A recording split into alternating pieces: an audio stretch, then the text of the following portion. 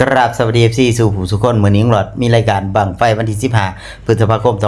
2568บ้านคำไผ่เหนือตำบลคำไผ่เหนืออำเภอไทยเจริญงานประเพณีฝีทุกที่ยืนนะครับเสียแต่ค่าจอดรถ100 บาทนะครับทำการ2ฐานจุดนะครับชิงเงินรางวัลพร้อมนะครับชิงเงินรางวัลที่1 70,000 บาทที่2 50,000 บาทที่3 10,000 บาทที่4 10,000 บาทที่5 5,000 บาทที่6 5,000 บาทนะครับผมจุดอยู่ไทยเจริญจังหวัดยโสธรเนี่ยแหละนะครับ2ฐานจุดนะครับรายการบั้งไฟมีดังต่อไปนี้นะครับบ้างที่1แอดเทวดานะครับบ้างที่2สพรพิมลบ้างที่3วุฒิชัยเบิกฟ้า4ชัยจราจร5น้องบูม6คำไพทะลุฟ้า1 7คำไพทะลุฟ้า2 8โควิดเบิกฟ้า9สีกาตอง10โชคสมพร11สบุญโฮม12ปอเจริญนำโชค13เพชรสีทอง14เทพทางหลวง15คนทางหลวงสายลม168 16น้องธิดาพร17สอแสนแก้ว18นครเมืองหน่อยทอ6 19ต้นทองคำนะครับต้นทองคำนะครับเจแม่สังลุยนะครับแล้วก็20น้องโบนัส21เสียเป็กทะลุฟ้านะโอ้โห12ทิติมาเบิกฟ้า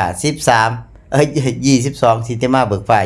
23โชคอนันต์24เพชรบ้านนา25ซื้อเอาเองตุลาการโดยอ้ายกะทิร้อยฟ้าบวกไพ่ดำหน่อยเสียงสวรรค์นะครับอย่าลืมไปให้กำลังแรงใจกันนะครับผมส่วนความชอบส่วนตัวของหลอดกระติกสีแก้วพี่น้องเหมือนเช่นเคยบอกไว้ก่อนนะครับเป็นความชอบส่วนตัวอีหลีล้อนะครับบ่ได้เกี่ยวกับข่ายบังไฟใดๆทั้งสิ้นนะครับบ่ได้รู้จักกันเป็นการส่วนตัวเห็นด้วยก็ตามเห็นต่างก็ส่วนนะครับมักสพรพิมลนะครับบังที่1สพรพิมล2น้องบูม3สีกาตอง4ปอเจริญนำโชคนะครับผมผู้ได้ไปคอยโชคให้มานคอยวันทิพย์เทียบนะครับปอเจริญนำโชคนี่บวกน่าจะบวกอ่างศิลานะครับผม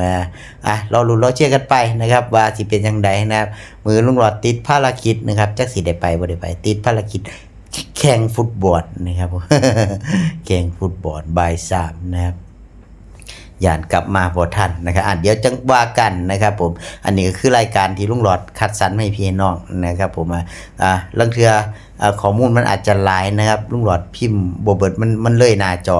ก็เลยเว้าเอานะครับผู้ใดกับฟังคลิปก็ให้การสนับสนุนลุงหลอดเอาอดซาเอานะครับ คนกันเองนะครับผมให้อภัยซึ่งกันและกันนะครับผมหากข้อมูลผิดพลาดประการใดลุงหลอด FC ต้องกราบขออภัยไว้เป็นอย่างสูงขอบคุณที่ติดตามรับชมลุงหลอด F4 สวัสดีครับ